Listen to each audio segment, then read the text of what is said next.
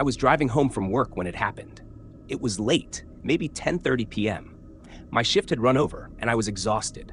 I took my usual shortcut, a 2-lane road cutting through the edge of the industrial park. No streetlights, no houses, just warehouses and empty parking lots. Up ahead, I saw a car with its hazard lights blinking. A gray SUV, angled slightly across the lane like it had broken down. A man was bent over near the front tire. He waved when he saw my headlights. I slowed down. It was instinct.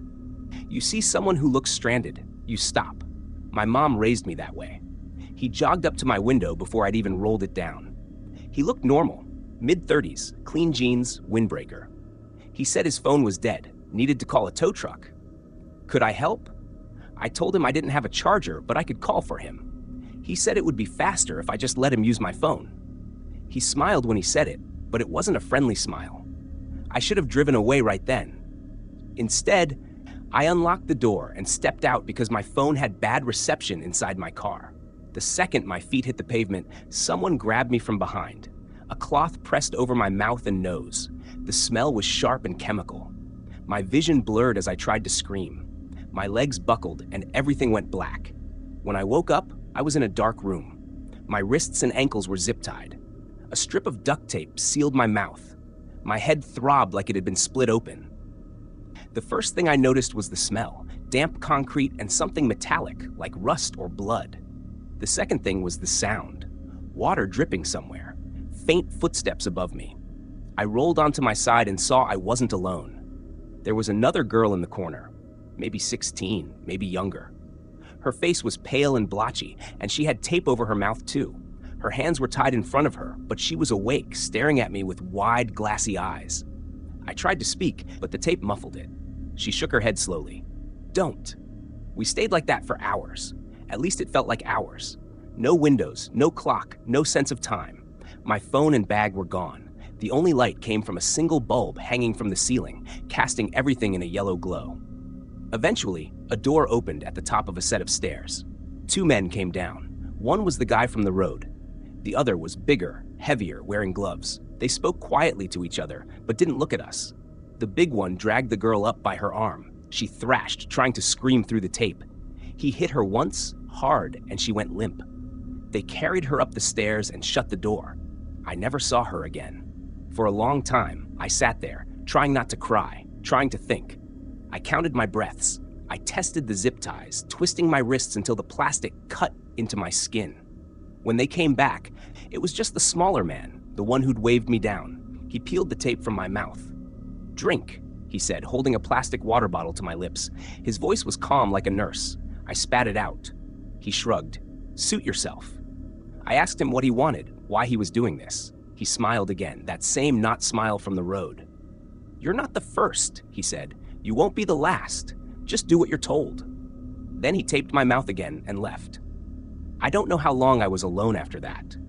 My wrists were raw from struggling. My legs were numb. My head spun with images of what might be happening upstairs to that girl. At some point, I heard a van engine outside, doors slamming, voices. I recognized the bigger man's laugh. I realized if I didn't get out now, I wouldn't at all. I looked around the room for anything sharp. The only thing was a bent piece of metal rebar sticking out of the wall near the floor.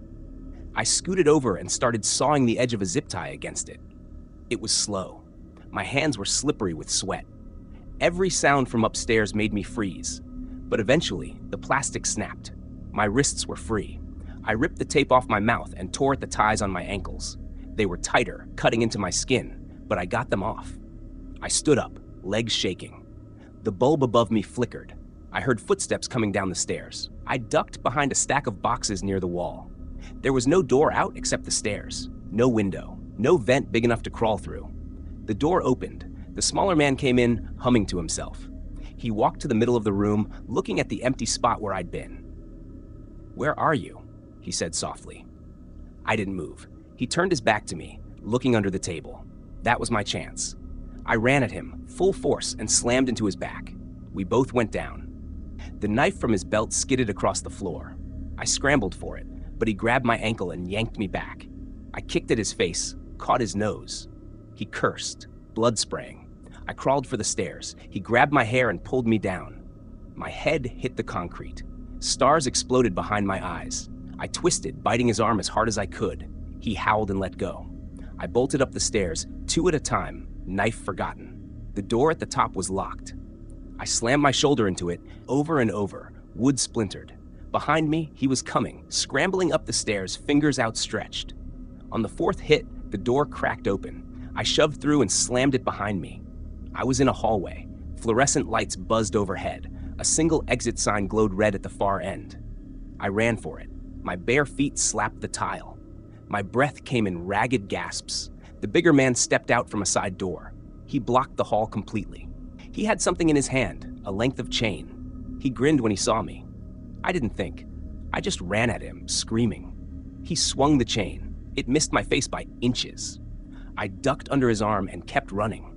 He grabbed my shirt and ripped it, but I slipped free. The exit door slammed open under my weight. Cold night air hit me like a slap. I ran into the parking lot, scanning for cars. The van was there, doors open. No one else in sight. I sprinted past it, into the dark lake, across the lot and into the tree line. My lungs burned. My legs felt like they'd snap. I didn't stop until I saw headlights on a road ahead. I stumbled out, waving my arms. A truck screeched to a halt. The driver jumped out, yelling. I tried to speak, but just pointed back at the trees. He took one look at me, bleeding, barefoot, wild-eyed, and pushed me into the cab. We sped off as he called 911. When the cops arrived, they found the building. It was an old storage facility, officially closed for years. Inside, they found the chair, the tape, the zip ties. They found the smaller man knocked out at the bottom of the stairs where he'd tripped after me. They didn't find the bigger man. Later, they told me the girl I'd seen was real. Her parents had reported her missing 2 weeks earlier. They never found her body. They also told me the 2 men were connected to at least 3 other disappearances. I gave my statement, over and over. I moved in with my sister in another state. I changed my number, my job, everything. But I can still feel his fingers in my hair when I close my eyes. I can still smell that damp concrete.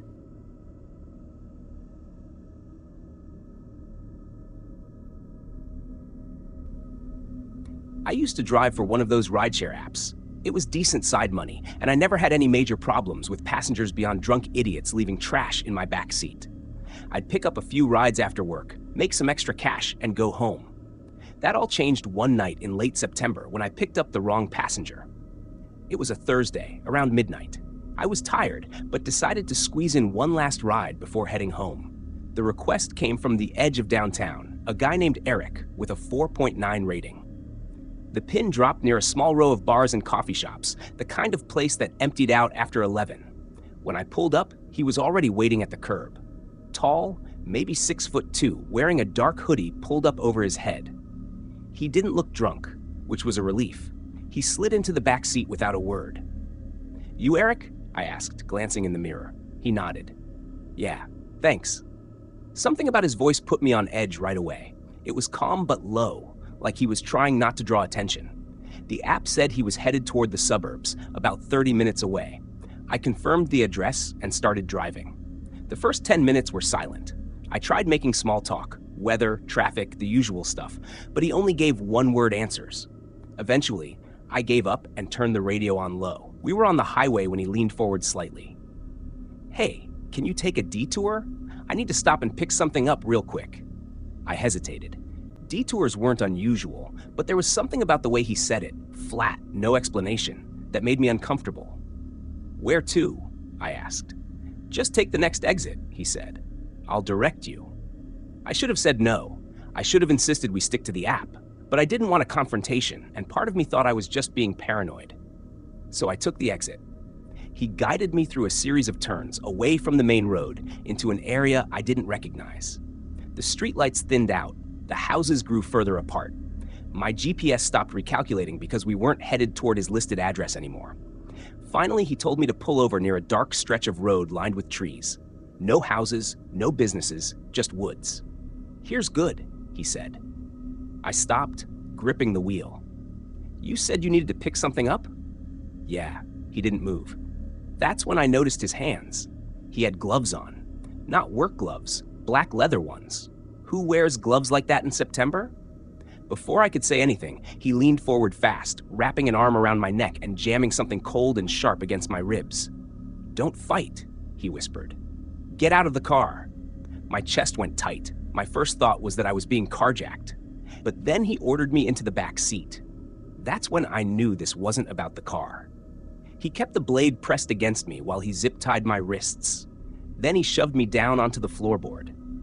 "You make a sound, I'll cut your throat," he said. He slid into the driver's seat and started driving. My heart hammered so hard I thought I'd pass out. The floor smelled like old fast food wrappers and air freshener.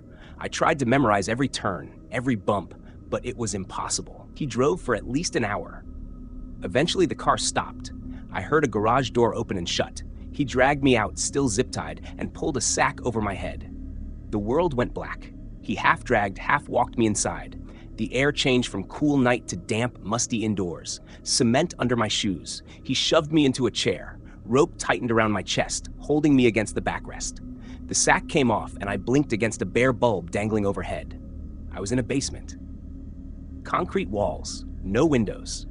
A table against the far wall held duct tape, pliers, and rolls of zip ties. He crouched in front of me, pulling his hood down. His face was ordinary, forgettable. Dark hair, pale skin, clean-shaven. He could have been anyone. That scared me more than if he'd looked like a monster. "You weren't supposed to be the one," he said calmly, "but you'll do." My throat dried out. "Please, look, I won't say anything. Just let me go." He smiled, but it didn't reach his eyes. "That's what the last one said." I froze. "The last one?" He stood, ignoring me, and checked the knots on my ropes. Then he left the room, locking the door behind him.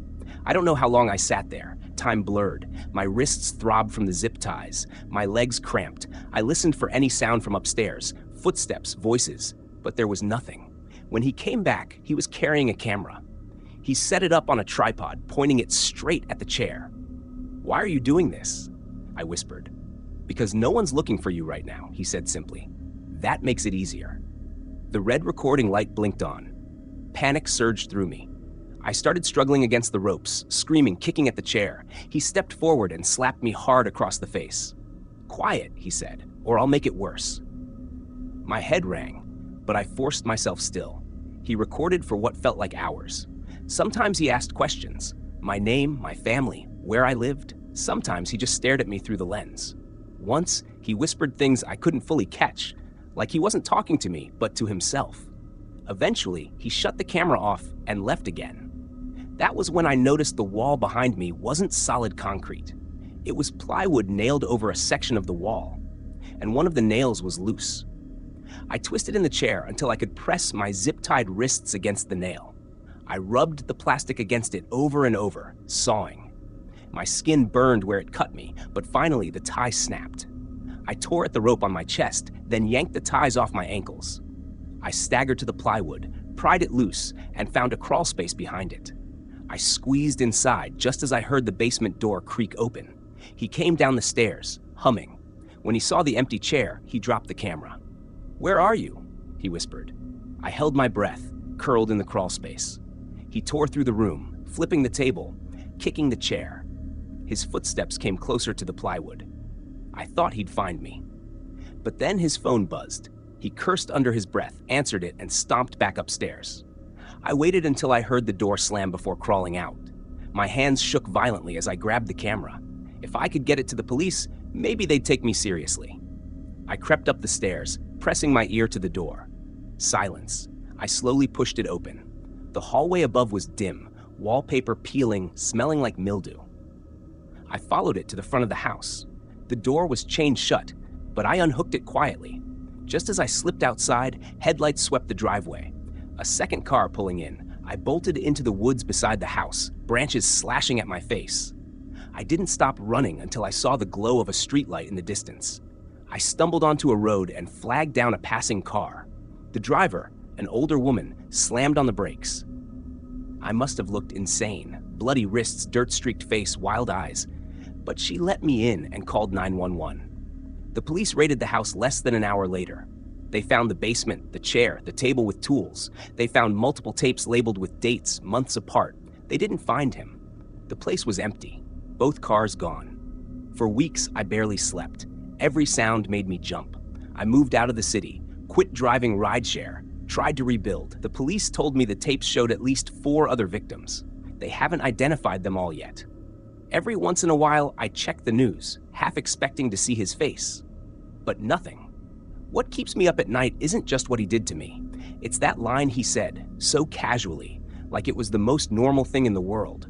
You weren't supposed to be the one, which means someone else was. And maybe they still will be.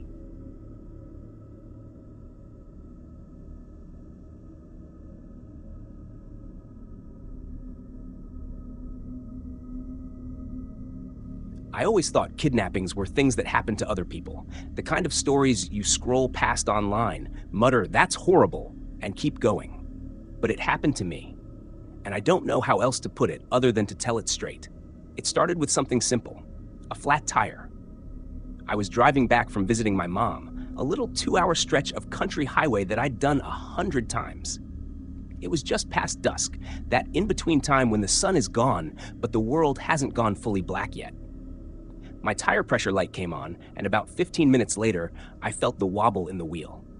I pulled off onto the gravel shoulder, annoyed but calm, figuring I could change it myself. The first thing I noticed when I got out was how quiet it was. No traffic, no cicadas, nothing but the occasional gust of wind. I popped the trunk, grabbed the spare, and that's when I heard the crunch of another car pulling in behind me. Headlights washed over me, blinding for a second. A man stepped out. Late 30s, maybe early 40s. Jeans, a flannel shirt, baseball cap. He smiled as he walked toward me. "You need a hand?" he asked. I hesitated, every stranger danger instinct kicking in, but his voice was friendly enough, casual. I said, "I think I've got it, but thank you." He didn't stop walking. "I can get it done faster," he said, crouching down before I even agreed. He had a little headlamp, clicked it on, and started loosening the bolts like he'd done it 100 times. I felt trapped between gratitude and unease. I forced a smile. "That's nice of you." He glanced up at me, and in the sweep of his light, I saw something I can't unsee. His smile didn't reach his eyes. The job took 5 minutes. He tightened the last bolt, lowered the jack, then dusted off his hands. All set. I thanked him, reached for my wallet. He waved it off. "Don't worry about it, just glad to help." That's when he said, "But I do need a favor in return." Before I could respond, before I could even process it, he stood up fast and shoved me against my car. My keys fell from my hand. He pressed something cold and sharp against my ribs. A knife. "Don't scream," he said calmly. "You're coming with me." My brain went blank. My body just froze. He grabbed my arm, yanked me toward his truck. I kicked, twisted, clawed at his wrist. He shoved me so hard into the side of his truck, I saw sparks. Then he wrenched the passenger door open, shoved me inside, and slammed it shut. He tied my wrists with zip ties before I could recover. My chest heaved like I'd run miles, but I couldn't catch a breath. He climbed into the driver's seat, started the engine, and pulled away from the shoulder. My car got smaller in the mirror until it disappeared completely. The silence in that cab was suffocating. He drove like it was just another errand. I stared at him, trying to memorize every detail.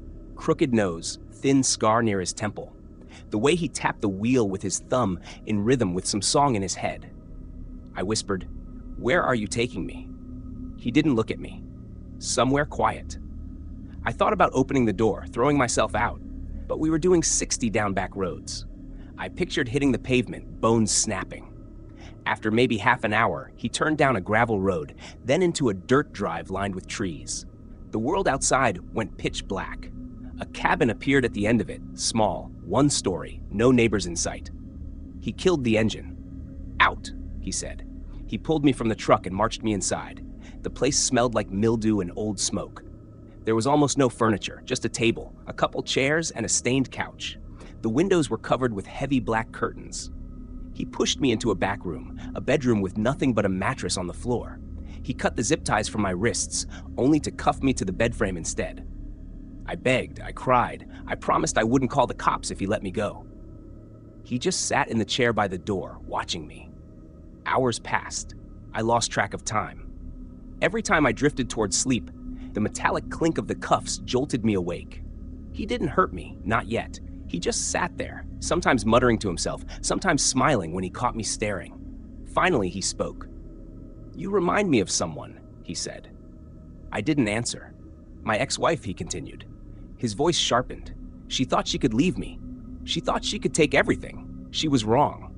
My blood went cold. This wasn't random. I wasn't unlucky. He was reenacting something. The next day, or what I guessed was the next day, he brought me food, a sandwich and a bottle of water. I didn't want to eat, but he sat there until I took a bite. You'll be here a while, he said matter-of-factly. The days blurred together. He never left me completely alone. Sometimes he'd rant about women, about betrayal, about how the world owed him. Other times, he was calm, almost polite. That was worse. I tried everything, pleading, reasoning, even pretending to sympathize. He'd smirk, shake his head, and tell me I was just like her. The turning point came the night he passed out on the couch. I'd been pretending to sleep, but when his snores started, I tested the cuffs. My wrist was raw from trying before, but this time I managed to slip one hand free.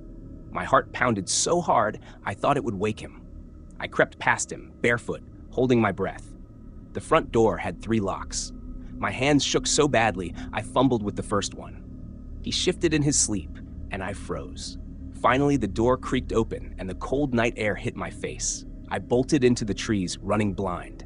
Branches tore at my skin, roots caught my feet, but I didn't stop. Behind me, I heard him yell, furious, animal-like. I ran until my lungs burned, until my legs buckled. When I finally broke through the tree line, I stumbled onto a dirt road. Headlights appeared in the distance. I screamed, waving my arms. A pickup slowed, then stopped. An older couple leaned out, eyes wide as they saw me, filthy, bleeding, shaking. They took me straight to the nearest police station. When officers went out to the cabin, it was empty. He was gone. But they found my cuffs still bolted to the bed, my blood on the mattress, and food wrappers with his prints. He's still out there. They never caught him. I try not to think about what would have happened if I hadn't gotten that cuff loose. Or how many others there might have been before me. Or if he's looking for someone new right now. What I know is this. When I saw his eyes that first night, when his smile didn't reach them, I should have trusted my gut. I should have run then, before he had me locked in that truck. But I didn't. And I came closer to disappearing than I ever thought possible.